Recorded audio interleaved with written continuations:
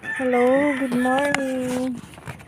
Maulang morning po ngayon. Nandito na naman po ulit ako sa aming garden, aming likod.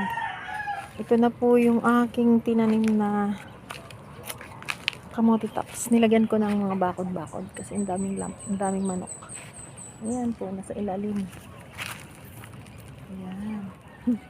Yung ilang peraso lang.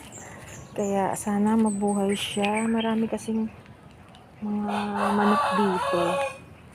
Ayan. So, hindi tayo makakapagwalis ngayon gawa ng uulan.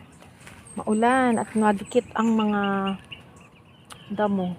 Dapat magsusunog ako ngayon. Kaya lang, hindi pwede kasi nga maulan. Dito ako. This is my favorite area. Yung may punong kahoy. Di ba ang ganda? Yan o. Yan, parang ang hirap gumising kanina kasi ulan. Pero kailangan natin gumising gawa ng mag-exercise tayo. Yan na, diba? Yan na yung lote na gusto ko. Yan. Yan. Thank you guys.